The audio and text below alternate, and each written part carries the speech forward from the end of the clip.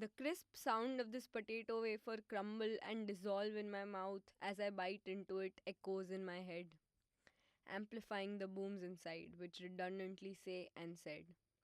Eat slower, gulp faster, make lesser sound.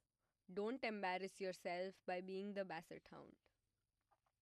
The sound of this potato wafer crumble, probably not even louder than a bee's bumble, feels in this moment more violating to the sanctity of the room than me committing blasphemy in a room full of liberals here to romanticize doom.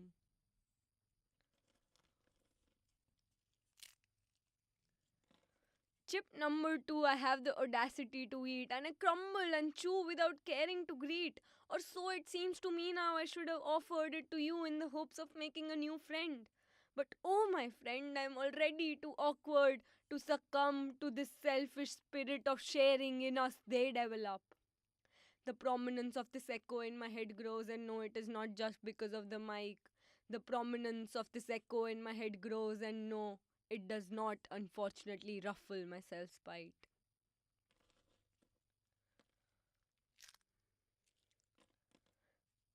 Chip number three, I gobble down whole. You don't notice, but a slightly shift on my soul. I can see all of you give me judgmental eyes, greedy at the thought of your own demise. But I chew more freely, more aware of the disconcerting stares, the micro emotions which shroud your glares, making this more than just a one woman affair. Even the echo of the crumble, the echo of the fall seems to call out to me as if wanting this tantrum to stop.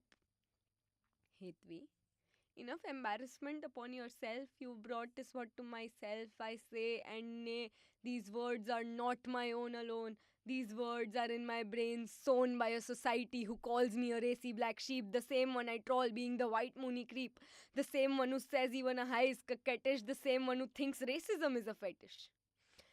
And also, unfortunately, the same one which has no Quidditch.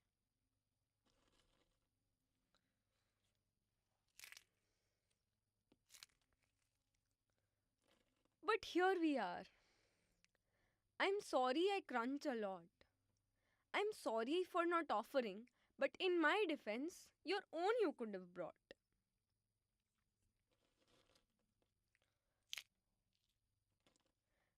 With every bite on the stage, there's a sermon I murmur, a sermon my wobbly knees seem to resonate with. An apology rather to this societal furor who'd be furious at my honest regime.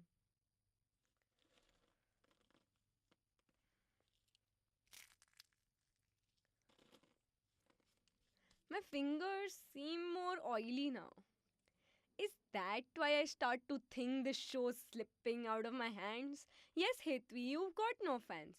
But being the absent minded conspiracy theorist that I am, let's just pretend I'll go ahead to make a joke about how the USA will come mine my land.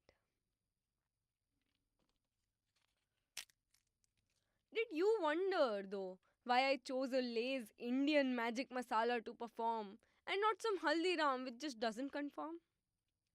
Well, 1.